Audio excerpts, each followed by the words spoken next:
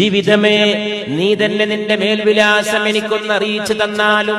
ഭാര്യയാൽ വഞ്ചിക്കപ്പെടുന്ന പുരുഷന് ജീവിതം ഭാരമാണ്. ഭർത്താവിനാൽ വഞ്ചിക്കപ്പെടുന്ന പെണ്ണിനും ജീവിതം ഭാരമാണ്. ലോകത്തിന്ന് ഏറ്റവും കൂടുതൽ ബന്ധങ്ങൾക്ക് ശൈഥില്യം വരുന്ന കാലമായിരിക്കുന്നു. ഒരേ കെട്ടിടത്തിന്റെ ചുമരിൽ ആളുകൾക്ക് ശ്വാസം മുട്ടുന്ന കാലമാണ്. ബന്ധങ്ങൾ തകരുന്ന കാലമാണ്. എല്ലാം പണത്തിന് വഴിമാറിക്കൊടുക്കുന്ന കാലമാണ്. മാതാവിനെ കൊണ്ടുപോയി വൃദ്ധസദനത്തിൽ തള്ളുന്ന കാലമാണ്. അമ്മയുടെ പാതാരവിന്ദങ്ങളെ മകൻ അവഗണിക്കുന്ന കാലമാണ്.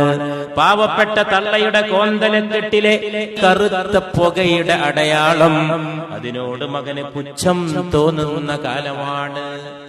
നിങ്ങൾക്ക് ആർക്കെങ്കിലും ഒഴിവ് സമയമുണ്ടെങ്കിൽ കേരളത്തിൽ പോകുമ്പോ ഒരു വൃദ്ധസദനമെങ്കിലും സന്ദർശിക്കണം. പകല് റാന്തലും കത്തിച്ചു കൊണ്ടുപോയ ഡയോജനീസിനെ പറ്റി ഗ്രീക്ക് കഥയിൽ ഒരു പരാമർശമുണ്ട്. പട്ടാപ്പകൽ റാന്തല് കത്തിച്ചിട്ട് ഡയോജനീസ് പോകുമ്പോ ആളുകൾ ചോദിച്ചു, നട്ടുച്ചക്ക് ഇത്ര വലിയ ഭ്രാന്തോ? പട്ടാപ്പകല് വിളക്കും കത്തിച്ച് നടക്കുകയോ? മഹാനായ ഡയോജനീസ് പറഞ്ഞു, ഞാൻ മനുഷ്യനെ തിരയുകയാണ്. പട്ടാപ്പകൽ നട്ടുച്ചക്ക് ഞാൻ റാന്തലും കത്തിച്ച് മാനവനെ തിരയുകയാണ്. ഒരു മനുഷ്യനെ കാണാനുള്ള മോഹത്താൽ ഞാൻ പട്ടാപ്പകൽ വിളക്കിന്റെ തിരി കൊളുത്തുകയാണെന്ന് പറഞ്ഞ ഡയോജനീസിനെ ഓർമ്മിപ്പിക്കുന്ന പോലെ ഇന്നൊരുപാട് കോലങ്ങളും രൂപങ്ങളുമുണ്ട്.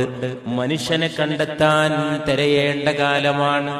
ढूंढने निकला थे तुझको, ഞാൻ നിന്നെ തേടി ഇറങ്ങി തിരിച്ചതായിരുന്നു. ഔർ ഖുദ്കോ ഖോ ദിയാ, അവസാനം നോക്കുമ്പോ ഞാൻ എന്നെ തന്നെ നഷ്ടപ്പെട്ടവനായി തീർന്നിരിക്കുന്നു. തുഹി അബ് മേരാ പതാ ദേ ജിന്ദഗി ഏ ജിന്ദഗി.